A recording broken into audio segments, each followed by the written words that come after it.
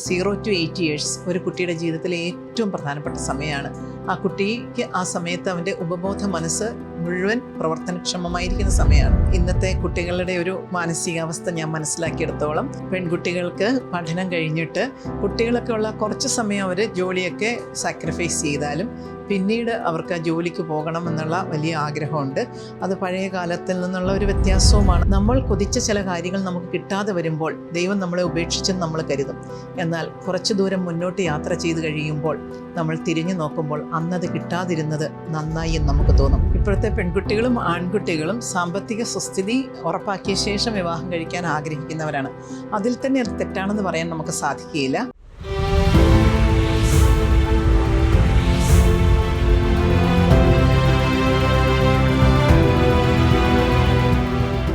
ബെത്ലഹേം ടിവിയുടെ teachers launch എന്ന പരിപാടിയിലേക്ക് ഏവർക്കും സ്വാഗതം. ഇന്ന് നമ്മോടൊപ്പം ഈ സൗഹൃദ സംഭാഷണത്തിലായിരിക്കുന്നത് കാഞ്ഞിരപ്പള്ളി സെന്റ് ഡൊമിനിക് കോളേജിൽ 33 വർഷത്തെ അധ്യാപന സേവനം അനുഷ്ഠിച്ച ഡോക്ടർ ആൻസി ജോസഫ് മാം ആണ്.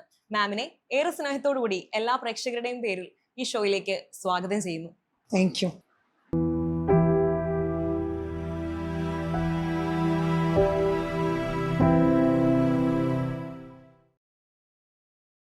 വിവാഹത്തെ പറ്റി ഇപ്പോൾ പറയുമ്പോൾ ഇപ്പോഴത്തെ സമൂഹം കൂടുതലായിട്ടും ലേറ്റ് മാരേജസിൽ വിശ്വസിക്കുന്ന കുട്ടികളാണ്. സ്ത്രീകളായിക്കോട്ടെ പുരുഷന്മാരായിക്കോട്ടെ സാമ്പത്തികമായൊരു ഭദ്രത വരുത്തിയതിനു ശേഷം കരിയർ സുസ്ഥിരമാക്കിയിട്ട് മാത്രം ഒരു ഫാമിലി ലൈഫിലേക്ക് പോയാൽ മതി എന്നുള്ളൊരു കോൺസെപ്റ്റ് ഡെവലപ്പ് ചെയ്യുന്നവരാണ് നമ്മുടെ സമൂഹം. ഇപ്പൊ അങ്ങനെയുള്ളവരാണ് പ്രൊമോട്ട് ചെയ്യുന്നത്. അപ്പൊ അങ്ങനെയുള്ള ഇത് വരുമ്പോൾ ഇപ്പൊ നമ്മുടെ ക്രൈസ്തവ സമൂഹം എടുത്ത് നോക്കുവാണെങ്കിൽ തന്നെ ക്രിസ്ത്യൻസിന്റെ ഒരു പോപ്പുലേഷൻ കൂടെ കുറഞ്ഞു വരുന്ന രീതിയിലാണ് നമ്മൾ കാണുന്നത്. അപ്പൊ ആ ഒരു രീതിയിൽ കുട്ടികളെ സ്വീകരിക്കാനാണെങ്കിലും കപ്പിൾസ് ഇങ്ങനെ ഒരു വൈഭവം കാണിക്കുന്ന ആ ഒരു സാഹചര്യത്തിൽ മാം കൗൺസിലിംഗ് വഴി എന്തെങ്കിലും ഒരു സൊല്യൂഷൻ ഇതിനായിട്ട് കൊടുത്ത ഒരു അനുഭവം പങ്കുവയ്ക്കാനാവോ? ശരിയായൊരു നിരീക്ഷണമാണ് മോളെ നടത്തിയത്. ഇപ്പോഴത്തെ പെൺകുട്ടികളും ആൺകുട്ടികളും സാമ്പത്തിക സുസ്ഥിതി ഉറപ്പാക്കിയ ശേഷം വിവാഹം കഴിക്കാൻ ആഗ്രഹിക്കുന്നവരാണ്. അതിൽ തന്നെ അത് തെറ്റാണെന്ന് പറയാൻ നമുക്ക് സാധിക്കുകയില്ല. കുട്ടികളുടെ എല്ലാം ആഗ്രഹം ഡിപ്പെൻഡൻസിൽ നിന്ന് ഇൻഡിപെൻഡൻസിലേക്കും അടുത്ത സ്റ്റേജായിട്ടുള്ള ഇൻ്റർ ഡിപ്പെൻഡൻസിലേക്കും വളരണമെന്ന് അവർ ആഗ്രഹിക്കുന്നുണ്ട്. ഇൻ്റർ ഡിപ്പെൻഡൻസിലായിരിക്കുമ്പോൾ പോലും പരസ്പരം കൊടുക്കാൻ സാമ്പത്തികമായ സഹായവും സപ്പോർട്ടും ഒക്കെ കൊടുക്കാനും റെസ്പെക്റ്റ് കൊടുക്കാനും വാങ്ങാനും ഒക്കെ വിദ്യാഭ്യാസവും തൊഴിലും എഡ്യൂക്കേഷൻ ആൻഡ് എംപ്ലോയ്മെൻറ്റ് അത് വേണമെന്ന് രണ്ട് കൂട്ടരും ആഗ്രഹിക്കുന്നതിൽ തെറ്റില്ല. ഇൻ്റർ ഡിപ്പെൻഡൻസ് ആണ് വിവാഹത്തിൽ നമുക്ക് ലഭിക്കുന്നത്. വിവാഹത്തിന് മുമ്പ് നമ്മൾ പേരൻസിൻ്റെയും മറ്റുള്ളവരുടെ അടുത്ത് ഡിപ്പെൻഡൻ്റ് ആണ്. പിന്നെ ജോലി കിട്ടി കുറച്ച് നാൾ നമ്മൾ ഇൻഡിപെൻഡൻ്റ് ആയിട്ട് നിൽക്കുന്നു. അടുത്ത സ്റ്റേജാണ് ഇൻ്റർ ഡിപ്പെൻഡൻസ്. ഇൻ്റർ ഡിപ്പെൻഡൻസിൽ ഒരാൾക്കെങ്കിലും നല്ല വരുമാനമുണ്ടെങ്കിൽ നമുക്ക് വിവാഹം കഴിക്കുന്നതിന് ബുദ്ധിമുട്ടില്ലല്ലോ, സന്തോഷമായിട്ട് വിവാഹം കഴിച്ച് ജീവിക്കാമല്ലോ. ഇൻ്റർ ഡിപ്പെൻഡൻസ് ആണല്ലോ, പരസ്പരം ഷെയർ ചെയ്യുകയാണല്ലോ, പരസ്പരം കെയർ ചെയ്യുകയും ഷെയർ ചെയ്യുകയും ചെയ്യുന്നുണ്ട്. വിവാഹത്തിൽ നമ്മൾ റിങ്ങുകൾ കൈമാറുന്നെന്ന് നമ്മൾ പറയുന്നു. അപ്പോൾ നമ്മൾ ഷെയറിങ്ങും കെയറിങ്ങും കൈമാറുന്നു, അതോടൊപ്പം സഫറിങ്ങും കൈമാറണം. രണ്ട് പേരൻസും ഈക്വലി അവരുടെ കരിയറായിട്ട് തിരക്കിലാണെങ്കിൽ കുട്ടികളുടെ കാര്യം നോക്കാനായിട്ട് അവിടെ ഒരു കോ പാരന്റിങ് മിസ്സാവില്ലേ? അപ്പോൾ അതിനെ പറ്റിയിട്ട് എന്താണ്? ഇന്നത്തെ കുട്ടികളുടെ ഒരു മാനസികാവസ്ഥ ഞാൻ മനസ്സിലാക്കിയെടുത്തോളം പെൺകുട്ടികൾക്ക് പഠനം കഴിഞ്ഞിട്ട് കുട്ടികളൊക്കെ ഉള്ള കുറച്ച് സമയം അവർ ജോലിയൊക്കെ സാക്രിഫൈസ് ചെയ്താലും പിന്നീട് അവർക്ക് ആ ജോലിക്ക് പോകണം എന്നുള്ള വലിയ ആഗ്രഹമുണ്ട്. അത് പഴയ കാലത്തിൽ നിന്നുള്ള ഒരു വ്യത്യാസവുമാണ്. അത് ഒരു പരിധിവരെ ഞാൻ അതിനോട് യോജിക്കുന്നുമുണ്ട്. കുട്ടികളുടെ പേരൻറ്റിങ്ങിൽ രണ്ടാളുകളും പരസ്പരം ഷിഫ്റ്റൊക്കെ അഡ്ജസ്റ്റ് ചെയ്ത് ഇരുവരുടെയും തുല്യമായ ഉത്തരവാദിത്തമാണ് എന്ന് കരുതിക്കൊണ്ട് മുന്നോട്ട് പോയാൽ ജോലി കുറെയെങ്കിലുമൊക്കെ രണ്ടുപേർക്കും ചെയ്യാം. ഫുൾ ടൈം ചെയ്താലും ഇല്ലെങ്കിലും നമ്മുടെ ഒരു മാനസികാവശ്യം കൂടിയാണ്. സാമ്പത്തിക ആവശ്യം മാത്രമല്ല, ജോലി എന്ന് പറയുന്ന ഒരു മാനസികാവശ്യം കൂടിയാണ്.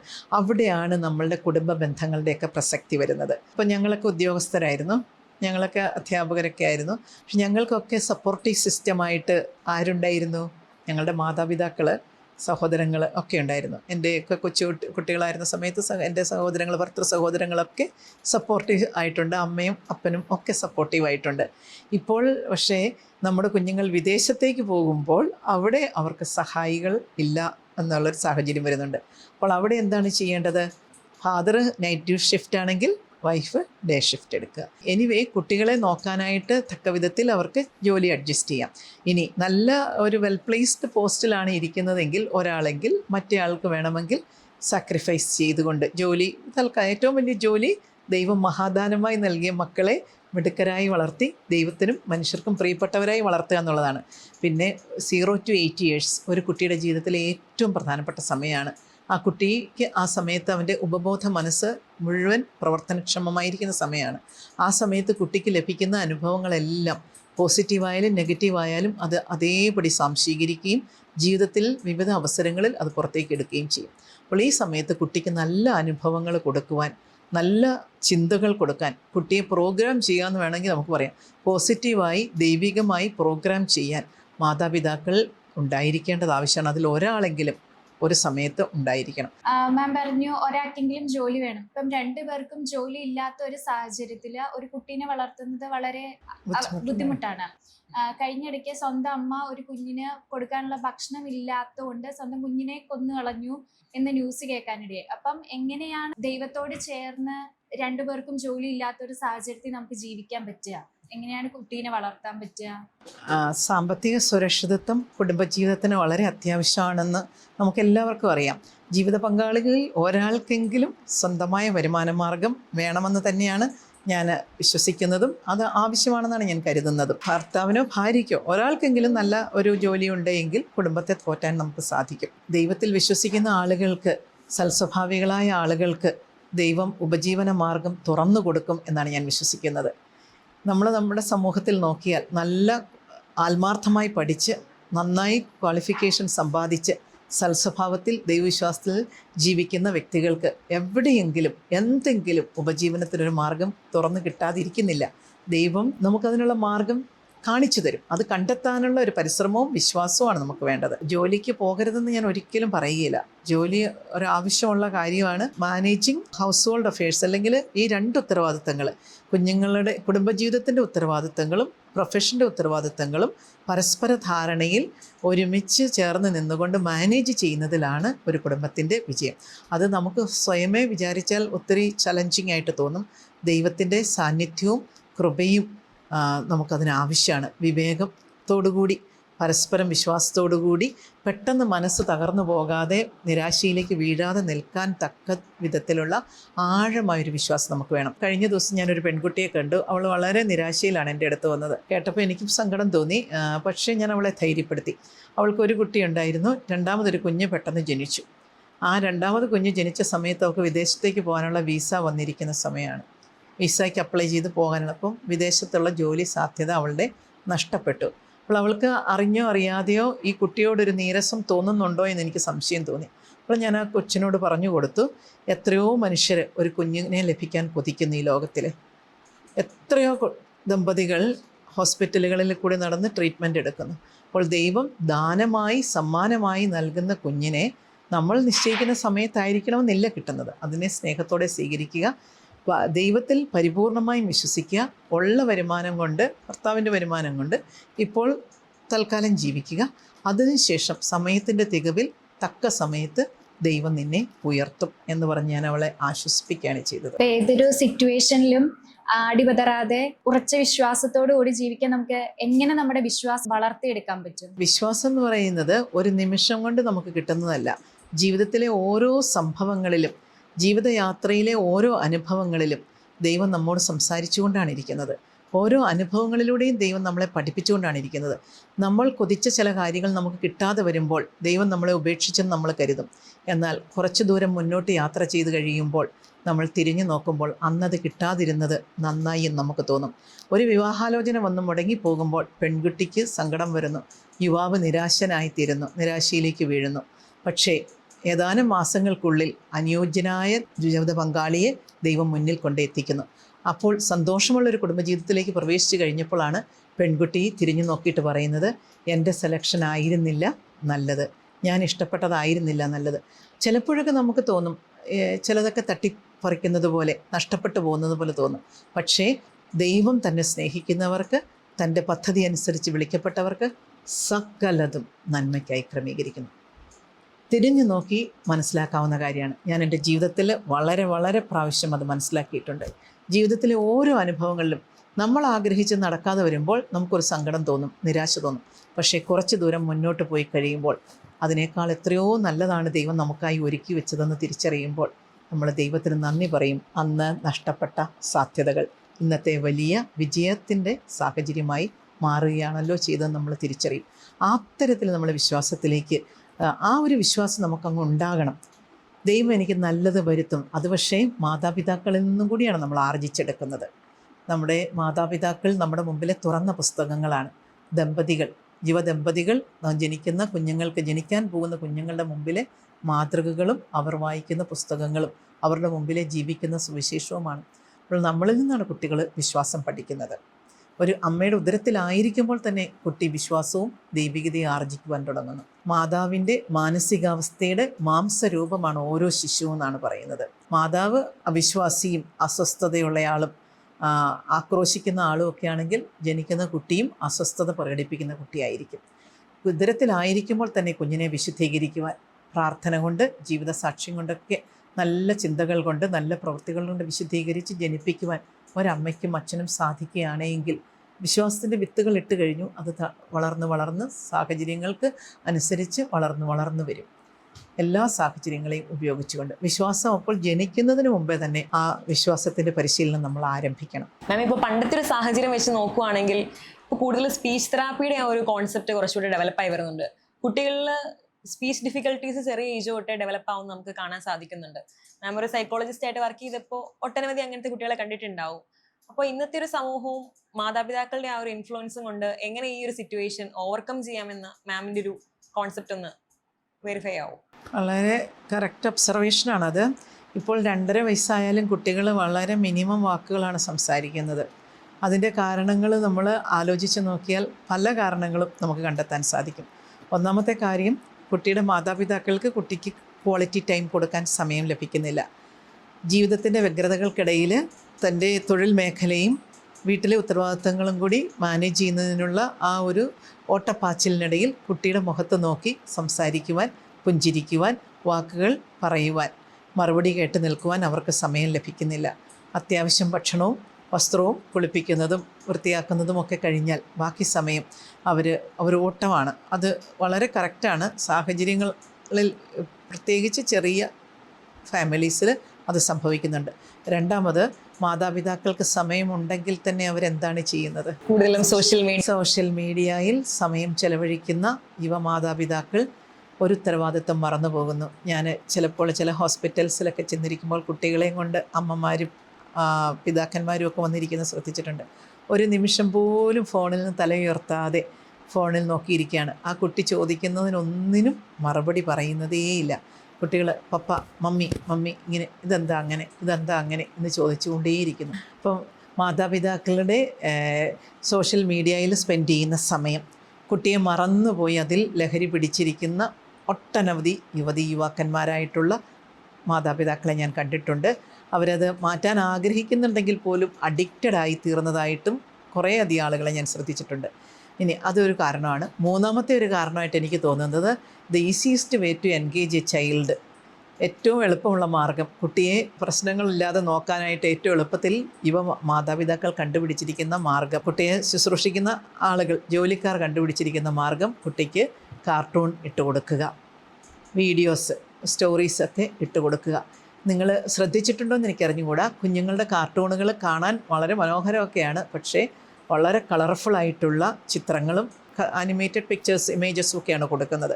അതെല്ലാം കാണുമ്പോൾ 1 വയസ്സും 2 വയസ്സും 3 വയസ്സും 4 വയസ്സ് 3.5 വയസ്സും ഒക്കെയുള്ള കുട്ടികളുടെ ബ്രെയിനിന് അത്രയും കളറുകളും അത്രയും ക്വിക്ക് മൂവ്മെൻറ്റ്സും അത്രയും കോഗ്നിറ്റീവ് ലോഡ് എന്ന് പറയാം, കോഗ്നിറ്റീവ് ലോഡ്, അത്രയും ആശയങ്ങളും ധാരണകളും എല്ലാം കൂടി ആ കുഞ്ഞ് ബ്രെയിനിലേക്ക് ശേഖരിക്കുവാനായിട്ട് ഉൾക്കൊള്ളാൻ സാധിക്കാതെ വലിയൊരു സ്ട്രഗിൾ നടക്കുന്നുണ്ട്. അപ്പോൾ ഇങ്ങനെ നിശ്ചേഷ്ടനായി അത്ഭുതത്തോടുകൂടി അന്തം വിട്ടിങ്ങനെ നോക്കിയിരിക്കാനാണ് അവർക്കുണ്ടാകുന്ന വാസന. കാർട്ടൂണിലെ ക്യാരക്ടേഴ്സ് സംസാരിക്കുന്നത്, അല്ലെങ്കിൽ കുട്ടികൾ ഒട്ടും സംസാരിക്കുകയില്ല, സംസാരിക്കുന്നതാണെങ്കിലും അതിങ്ങനെ നോക്കി അത്ഭുതപ്പെട്ടിങ്ങനെ ഇരിക്കുകയാണ് ചെയ്യുന്നത്. ഒരാൾ പരസ്പരം സംസാരിക്കുമ്പോഴാണല്ലോ ലാംഗ്വേജ് ഡെവലപ്പ് ചെയ്യുന്നത്. ഇവിടെ വൺ വേ ആണ്, എന്തൊക്കെയോ ഇങ്ങോട്ട് പറയുന്നുണ്ട്, തിരിച്ചൊന്നും കേൾക്കാൻ മാത്രമേ, നിരീക്ഷിക്കാൻ മാത്രമേ അവർക്ക് സാധിക്കുന്നുള്ളൂ. ഒരുപാട് കുഞ്ഞുങ്ങൾ ഇന്ന് ഹോസ്പിറ്റലുകളിൽ സ്പീച്ച് തെറാപ്പിസ്റ്റുകളുടെ അടുത്ത് കയറിയിറങ്ങുന്നുണ്ട്. ഞാൻ വ്യക്തിപരമായി അത് ശ്രദ്ധിച്ചിട്ടുള്ള കാര്യവുമാണ്. വളരെ മിനിമം വാക്കുകളാണ് ഇപ്പോൾ നമ്മുടെ കുട്ടികൾ 2 വയസ്സൊക്കെ ആകുമ്പോൾ പറയുന്നത്. മുൻകാലങ്ങളിൽ 1 വയസ്സ് കഴിയുമ്പോൾ തന്നെ കുട്ടികൾ, ഞങ്ങളുടെയൊക്കെ ബാല്യകാലത്ത് 1-1.5 വയസ്സാകുമ്പോൾ തന്നെ കുട്ടികൾ സംസാരിച്ച് തുടങ്ങുന്നുണ്ടായിരുന്നു കുറേ വാക്കുകൾ. അതൊരു സങ്കടകരമായൊരവസ്ഥയാണ്. മാതാപിതാക്കൾ രണ്ടുപേരും ഒരുപോലെ ബിസിയായി കഴിയുമ്പോൾ ഉണ്ടാകുന്ന ഒരു വേദനാജനകമായ അനുഭവമാണ്. പിന്നെ കുഞ്ഞിൻ്റെ ഏർലി ചൈൽഡ്ഹുഡിൽ മാതാവിൻ്റെ സാന്നിധ്യമാണ് ഒരു ബയോളജിക്കൽ നീഡ് കൂടിയാണല്ലോ അതൊരു ബയോളജിക്കൽ നീഡ് കൂടിയാണ്. ആ സമയത്ത് ഒരു ഇമോഷണൽ ബോണ്ടിങ് കൂടി ഉണ്ടാക്കാനുള്ള ഒരു സമയമാണ്. ബ്രസ്റ്റ് ഫീഡിങ് എന്നൊക്കെ പറയുന്നത് 6 മാസം മതി, 10 മാസം മതി എന്നൊക്കെ ഇപ്പോഴത്തെ ആളുകൾ പലരും പറയാറുണ്ട്. എങ്കിലും 1.5-2 വർഷം വരെയൊക്കെ ബ്രസ്റ്റ് ഫീഡിങ് നടത്തുന്ന അമ്മമാരുടെ കുഞ്ഞുങ്ങൾക്ക് ആ അമ്മയോട് കൂടുതൽ വൈകാരികമായ ഒരു അടുപ്പമുണ്ടാകുന്നതായി കാണുന്നുണ്ട്. അമ്മയും കുഞ്ഞും പരസ്പരം സംസാരിക്കുന്ന verbal and non verbal communication നടത്തുന്ന ആ നിമിഷങ്ങൾ വളരെ വിലപ്പെട്ടതാണ്. അതുപോലെ കുഞ്ഞിൻ്റെ പിതാവും കുഞ്ഞിൻ്റെ മുഖത്ത് നോക്കി ഒരു ദിവസം എത്ര വാക്കുകൾ സംസാരിച്ചു എന്ന് ചോദിച്ചാൽ പലർക്കും ഒരു മറുപടിയും ഉണ്ടാകുന്നില്ല. അപ്പോൾ നിങ്ങൾ പറഞ്ഞത് വളരെ പ്രധാനപ്പെട്ട കാര്യമാണ്. ഇന്ന് കൂണുപോലെ മുളച്ച് മുങ്ങുന്ന ഈ സെൻറ്ററുകളുടെ ഒരു കാരണം വീടുകളിലെ അംഗങ്ങളുടെ കുറവ്. ഇനി ഈ കുഞ്ഞുങ്ങൾ എണ്ണി ചുട്ട അപ്പം എന്ന് പറഞ്ഞതുപോലെ ഒരാൺകുട്ടി ഒരു പെൺകുട്ടി, അല്ലെങ്കിൽ ഒരാണും ഒരു പെണ്ണും, അല്ലെങ്കിൽ ഒരു സിംഗിൾ ചൈൽഡ്, ഇങ്ങനെയൊക്കെയാണ്. ഏകാന്തതയുടെ ദുഃഖവും ഈ കുഞ്ഞുങ്ങൾക്ക് അനുഭവപ്പെടുന്നുണ്ട്. സംസാരിക്കാൻ ആരും കൂട്ടില്ല. മാതാപിതാക്കൾ വളരെ ഹറിയിലാണ്, ഭയങ്കര തിരക്കിലാണ്. അവരുടെ കുഞ്ഞു വാക്കുകളും കുട്ടിത്തത്തിലുള്ള സംസാരങ്ങളും തമാശകളും കളികളുമൊന്നും ആസ്വദിക്കാവുന്ന മാനസികാവസ്ഥയിലായിരിക്കില്ല.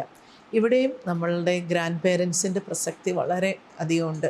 നമ്മുടെ വീട്ടിലും സഹോദരങ്ങളൊക്കെ ഉണ്ടെങ്കിൽ നമ്മുടെ കൊച്ചുകുട്ടികളോട് അവർ വാത്സല്യത്തോടെ പെരുമാറുമായിരുന്നു. പക്ഷേ എല്ലാ വീടുകളിലെയും കുട്ടികൾ വിദേശത്തേക്കൊക്കെ പോയിരിക്കുകയാണ്. ഉണ്ടെങ്കിൽ തന്നെയും അവരെല്ലാവരും തിരക്ക് പിടിച്ചൊരു ജീവിത വ്യഗ്രതയിലാണ്. നമ്മുടെ കുഞ്ഞുങ്ങൾക്ക് ഗുണമേന്മയുള്ള സമയം കൊടുക്കുവാൻ, അവരുടെ മുഖത്ത് നോക്കി സംസാരിക്കുവാൻ, അവരെ നോക്കി പുഞ്ചിരിക്കുവാൻ, അവരുടെ കൂടെ അല്പസമയം കളിക്കുവാൻ ആളുകളില്ല എന്നുള്ളത് വളരെ വേദനാജനകമായൊരു കാര്യമായിട്ട് ഞാൻ കാണുന്നു. പേരൻസ് ബിസി ആയിട്ടുള്ള പേരൻസ് കൂടുതലും പിള്ളേരെ ഗ്രാൻഡ് പേരൻസിൻ്റെ കയ്യിൽ ഏൽപ്പിച്ചു കൊടുത്തിട്ടാണല്ലോ പോകാറ്.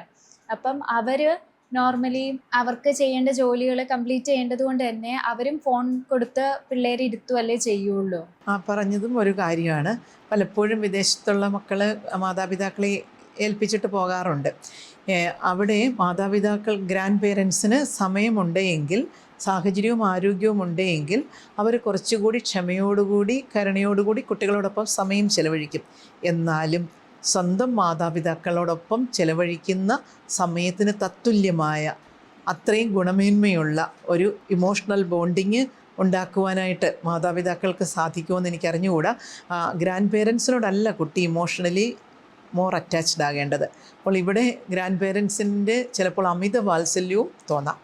പിന്നെ വാർദ്ധക്യമുള്ള മാതാപിതാക്കൾക്കാണെങ്കിൽ അവർക്ക് വേണ്ട വിധത്തിൽ ശ്രദ്ധിക്കാൻ സാധിക്കാതെയും വരാം. വാത്സല്യിച്ച് വഷളാക്കിയെന്ന് ഒരു പരാതിക്കും ഇടവരും. ഏറ്റവും ഉചിതമായിട്ടുള്ള ഒരു കാര്യം, നമ്മുടെ സാഹചര്യത്തിൽ അത് നടക്കുന്നില്ല എങ്കിൽ പോലും കുട്ടികളും അവരുടെ മാതാപിതാക്കളും അവരുടെ വല്യച്ഛനും വല്യമ്മയും ഗ്രാൻഡ് പേരൻസ് ഒരുമിച്ച് താമസിക്കുന്ന ഒരു വീട്ടിൽ ഒരാൾക്കും കുട്ടികൾ ഭാരമാകുന്നില്ല. കുറച്ച് സമയം അമ്മയുടെ അടുത്ത് കളിക്കുന്നു, കുറച്ച് സമയം വല്യമ്മച്ചിയുടെ അടുത്ത് കളിക്കുന്നു, കുറച്ച് സമയം വല്യപ്പൻ മുറ്റത്തോടെ എടുത്തുകൊണ്ട് നടക്കുന്നു, കുറച്ച് സമയം സ്വന്തം ഫാദറിൻ്റെ നെഞ്ചിൽ കിടന്ന് കളിക്കുന്നു, കുറച്ച് നേരം കുഞ്ഞുനാത്തൂൻ കുട്ടിയെ തൊട്ടിയിലിട്ട് ആട്ടി ഉറക്കുന്നു, കുറച്ച് നേരം കൊച്ചനിയൻ അവൻ്റെ കുഞ്ഞിപ്പാപ്പൻ അവനെയും കൊണ്ട് പന്ത് കളിക്കുന്നു.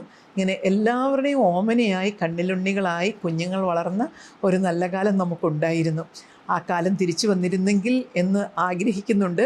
പക്ഷേ നമ്മുടെ സാഹചര്യങ്ങളിൽ നമ്മുടെ കുഞ്ഞുങ്ങളെല്ലാം വിദേശത്തേക്ക് പോകുമ്പോൾ അവരുടെ കുടുംബത്തെ, അവരുടെ മക്കളെ ഒന്ന് കരപറ്റിക്കാൻ കഷ്ടപ്പെടുന്നത് കാണുമ്പോൾ, നല്ല ഒരു പേരൻറ്റിങ് കൊടുക്കുന്നതിൽ കിടന്ന് സ്ട്രഗിൾ ചെയ്യുന്നത് കാണുമ്പോൾ ദുഃഖം തോന്നുന്നുണ്ട്. പക്ഷേ ഈ സാഹചര്യങ്ങളിലൊക്കെ നിലവിലുണ്ടെങ്കിൽ പോലും ഇപ്പോൾ ഗ്രാൻഡ് പേരൻസിൻ്റെ ഒരു ഇൻഫ്ലുവൻസ്, കല്യാണം കഴിഞ്ഞ് ഒരു കുടുംബജീവിതത്തിലേക്ക് പ്രവേശിച്ചതിന് ശേഷം നമുക്ക് എല്ലാം ഒരു പുതിയ അനുഭവങ്ങളായിരിക്കും.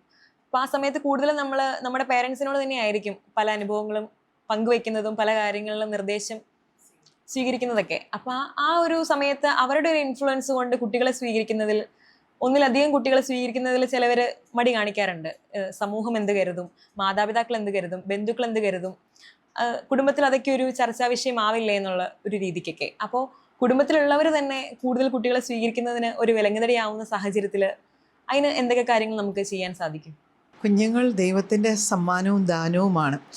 ദൈവം നമ്മളെ വിശ്വസിക്കുന്നു, സ്നേഹിക്കുന്നു എന്നുള്ളതിൻ്റെ അടയാളവുമാണ് കുഞ്ഞുങ്ങൾ.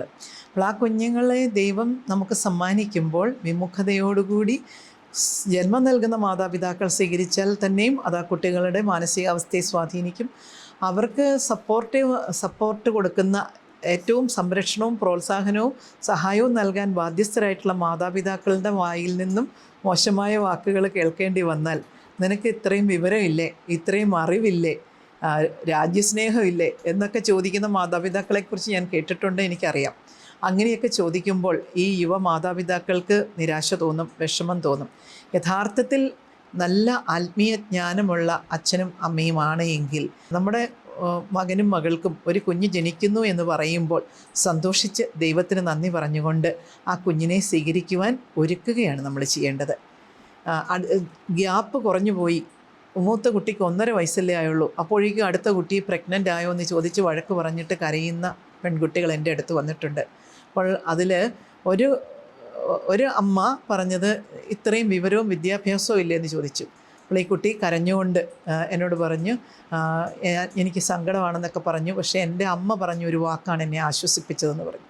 അമ്മ പറഞ്ഞത്, കുട്ടികൾ തമ്മിലുള്ള ഗ്യാപ്പ് കുറഞ്ഞിരുന്നാൽ അവരെ വളർത്തുവാൻ നമുക്ക് വളരെ എളുപ്പമാണ്. അവരൊരുമിച്ച് കളിച്ച് പെട്ടെന്ന് അങ്ങ് വളർന്നുകൊള്ളും.